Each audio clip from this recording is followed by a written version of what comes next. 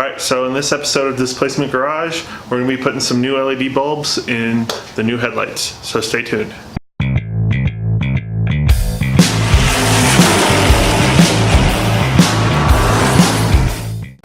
Alright, so like I said, we'll be putting some new LEDs in the new headlights. We'll do a compare and contrast between the halogen that came with them and these new LEDs. I had to wait until I had the LEDs and some new weather seals for the headlights to prevent moisture from getting into them. So I have two different types here. We'll see which ones work best for the housing and for the new bulbs. Along with that, after we do this compare and contrast, I'll be wiring the daytime running lights in. I have a couple different ideas, and we'll go over how to do that. So let's get to it.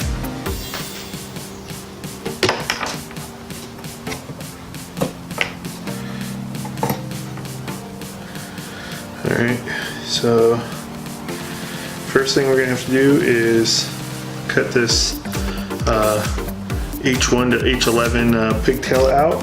So let's do that. Well, I guess we can hold off on that. Let's see which one of these fits better.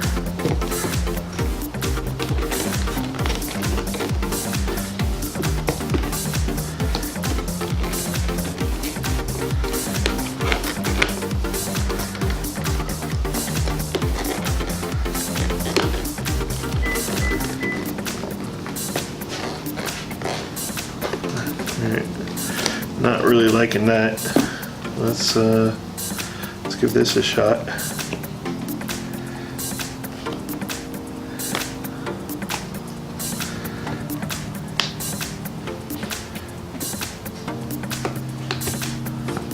That seems to work a little bit better.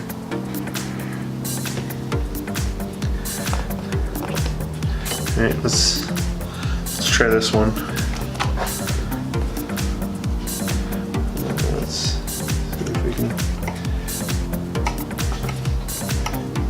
This out.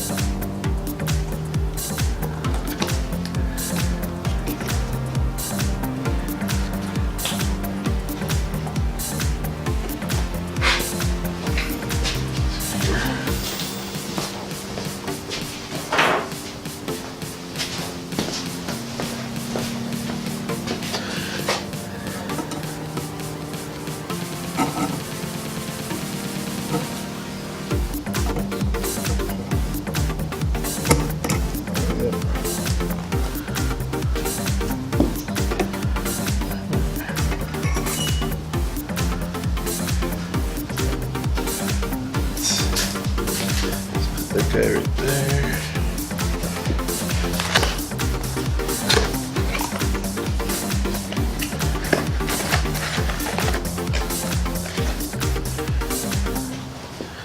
Alright, so it looks like I don't need that grounding tab anymore because this guy has one.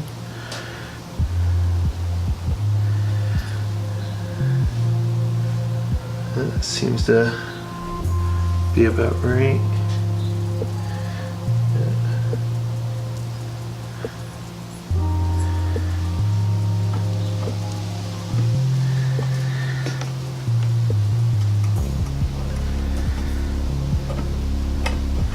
Well, that is interesting.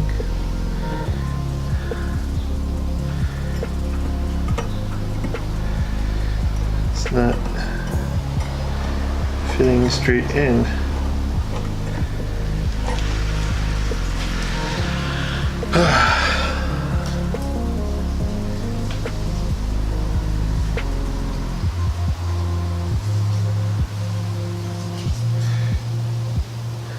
Alright, so based off the dowels,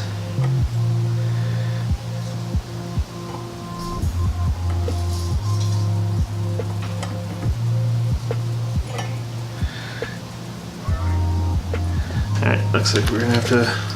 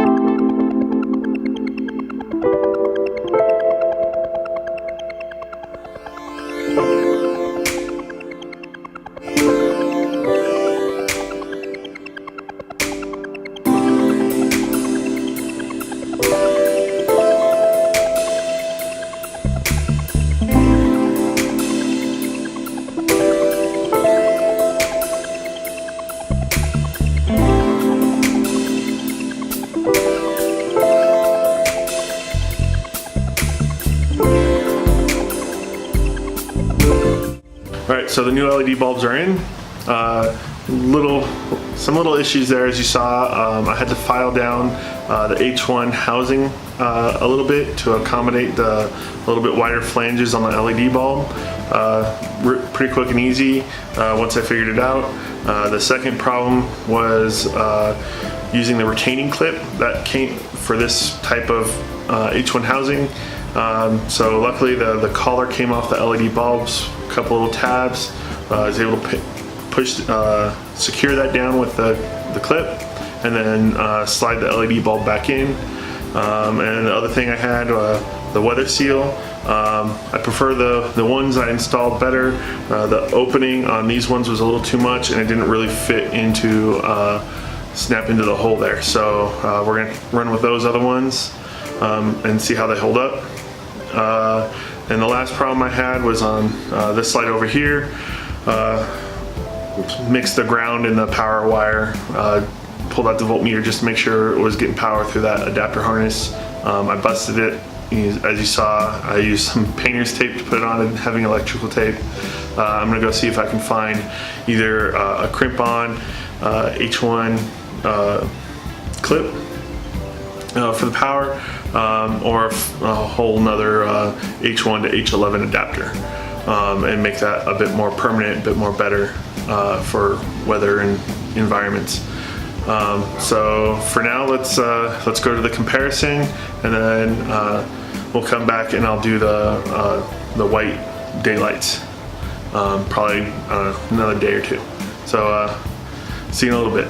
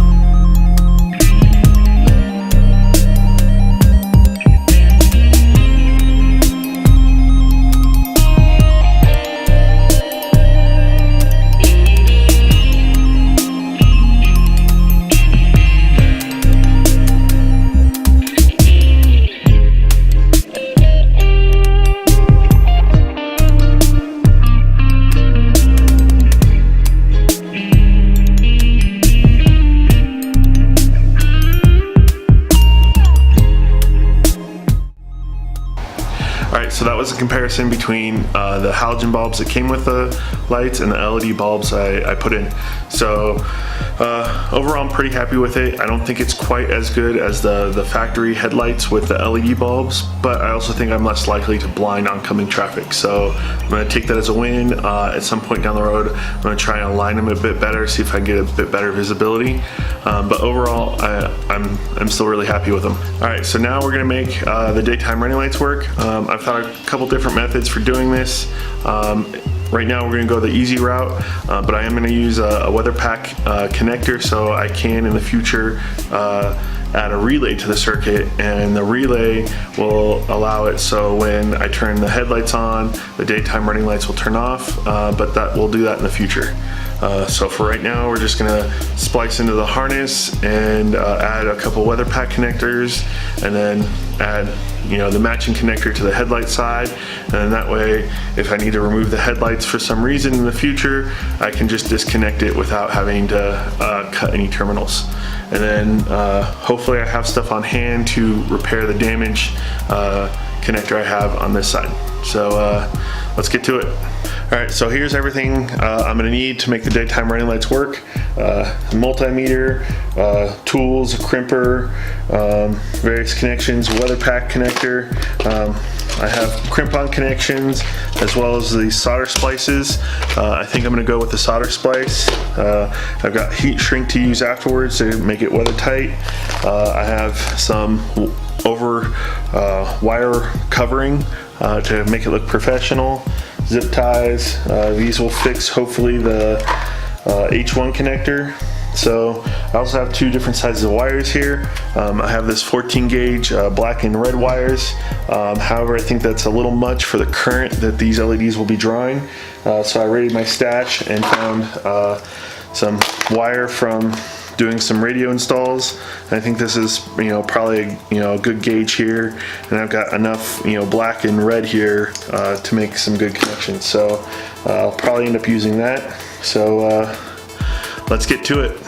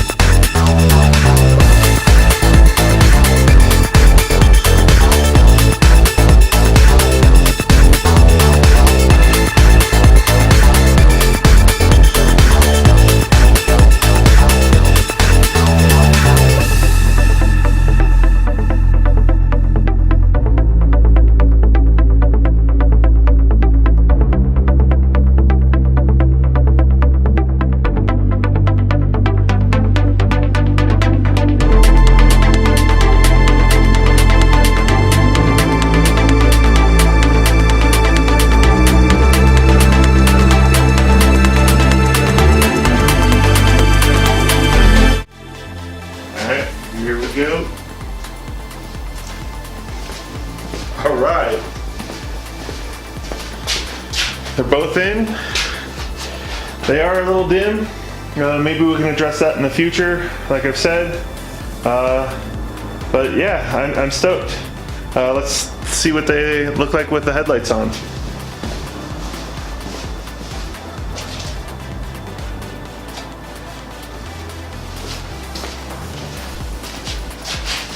All right, yeah, I think that works.